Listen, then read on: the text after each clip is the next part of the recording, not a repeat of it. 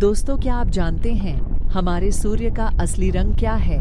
मुझे पता है आप में से ज्यादा लोगों का जवाब पीला, लाल या नारंगी रंग होगा, लेकिन दोस्तों यह सच बिल्कुल नहीं है। सूर्य का असली रंग सफेद है, जिसे आप सिर्फ इस स्पेज में आप जाकर देख सकते हैं। अब ऐसा क्यों, ये हम आपको वीडियो में आगे बताएंगे, और साथ ही आपको कुछ सूर्य की एक ऐसे सैर पर हम आपको ले जाएंगे जहां से आप इसे एकदम करीब से देख पाएंगे। इसलिए दोस्तों, वीडियो को अंत तक जरूर देखें। अगर साथ ही आप चैनल पर नए हैं तो स्पेस से कुछ जुड़ी ऐसी ही कमाल वीडियो देखने के लिए लाइक सब्सक्राइब जरूर करें।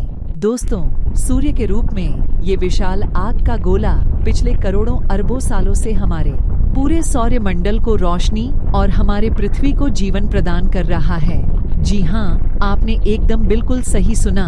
अगर सूर्य को हटा दे तो पृथ्वी पर जीवन की कल्पना भी नहीं की जा सकती। सूर्य हमारे सोलर सिस्टम का केंद्र तो है ही, साथ ही ये हमारे लिए ऊर्जा का इकलौता स्रोत है। ये इतना चमकदार है कि पृथ्वी से 14 करोड़ 95 लाख किलोमीटर दूर होने के बावजूद हम इसे अपने नग्न आंखों से नहीं देख सकते हैं।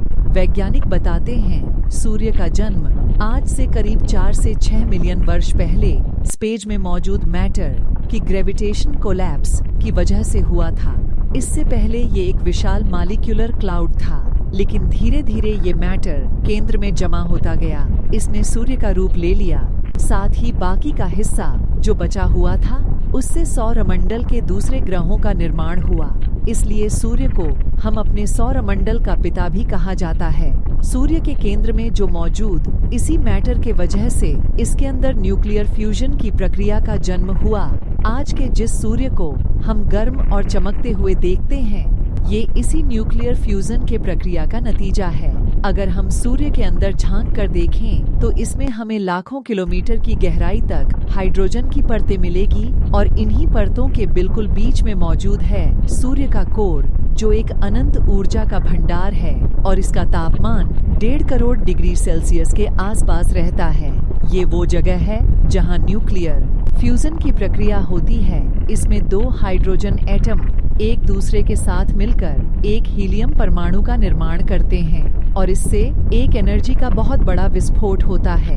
कहने और सुनने में यह प्रक्रिया भले ही आसान लगे, लेकिन 2 हाइड्रोजन एटम को आपस में मिलाने के लिए हद से ज्यादा दबाव और ऊर्जा की जरूरत होती है। और सूर्य क्योंकि इतना विशाल है कि इसलिए इसके कोर में ग्रेविटी का कुपोस बनता है, जिससे ये आइटम आपस में मिल जाते हैं। इसके मिलने से धमाका होता है और इससे प्रकाश के किरण निकलते हैं। प्रकाश का यही कण सूर्य से निकलकर हमारे पृथ्वी तक पहुंचता है और हमें रोशनी व जीवन प्रदान करता है। सूर्य के केंद्र में हर सेकंड तकरीबन 4 मिलियन टन मैटर ऊर्जा में बदलता रहता है, और ये 1.8 न्यूक्लियर बम धमाकों से पैदा होने वाली ऊर्जा से ज्यादा है, और यही ऊर्जा प्रकाश के रूप में हम तक पहुंचती है। यहाँ एक चीज को समझना बहुत जरूरी है कि सूर्य की ऊपरी सतह से प्रकाश को पृथ्वी तक पहुंचने में 8 मिनट 20 सेकंड का समय लगता है, लेकिन इसी प्रकाश को सूर्य के केंद्र से बाहरी सतह तक आने में 10 लाख साल लग जाते हैं। इसका मतलब ये है कि आज हम जिस सूर्य के रोशनी को अपने ऊपर महसूस कर रहे हैं, वो 10 लाख साल पुरानी है। अब सूर्य के केंद्र से फोटोन को इसकी सतह तक आने में इतना समय क्यों लगता है? इसका सटीक जवाब वैज्ञानिकों के पास नहीं है। हाँ, लेकिन इतना जरूर है कि अगर ऐसा न हो तो जीवन देने वाला सूर्य का ये प्रकाश ही महाविनाश कर देगा। दरअसल सूर्य के केंद्र में जब कोई फोटोन निकलता है तो वो गामा के रूप में बहुत ज्यादा ऊर्जा से भरा रहता है, और ये जानलेवा भी होता है। ऐसे में अगर ये सूर्य से सीधा बाहर निकलकर हमारी पृथ्वी पर पहुंच जाए तो जीवन का नाश कर देगा। लेकिन प्रकृति ने सूर्य को कुछ इस तरह से बनाया गया है कि उसके कोर से निकलने वाला प्रकाश 10 लाख साल पुराना होकर ही सूर्य की सतह तक पहुंचता है, और इसी के चलते पृथ्वी तक पहुंचने में इतना ज्यादा विनाशकारी नहीं होता।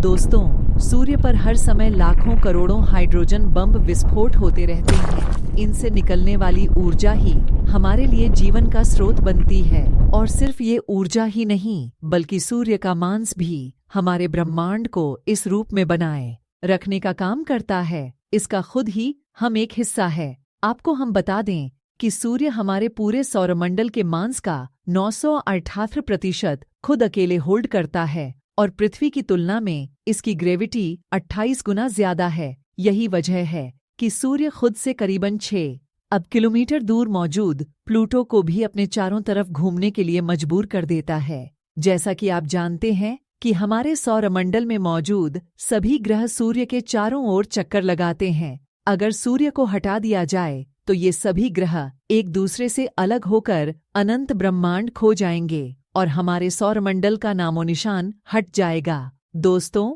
वैसे तो सूर्य को फिजिकली इग्नोर करना पॉसिबल नहीं है, लेकिन वैज्ञानिकों ने अपने उपकरणों के मदद से इसको स्कैन करके अलग अलग रूपों में विभाजित किया है। दोस्तों, हम इसके कोर के बारे में आपको बता ही चुके हैं। वैसे इसके आकार की बात करें तो ये कोर हमारे पृथ्वी से तकरीबन 1000 गुना बड़ी है। इसके बाद इसकी अगली लेयर है रेडिएटिव जोन, आयनाइज्ड हाइड्रोजन और हीलियम एटम्स से भरी हुई है। हालांकि ये सूर्य की ओर इतना सघन तो नहीं है, लेकिन इतना ठोस जरूर होती है, फोटोन को आसानी से पास नहीं होने देती है। दोस्तों, इस वीडियो में बस इतना ही। अगर आप पहली बार हो, हमारे चैनल में अपना आशीर्वाद जरूर प्रस्तुत करें।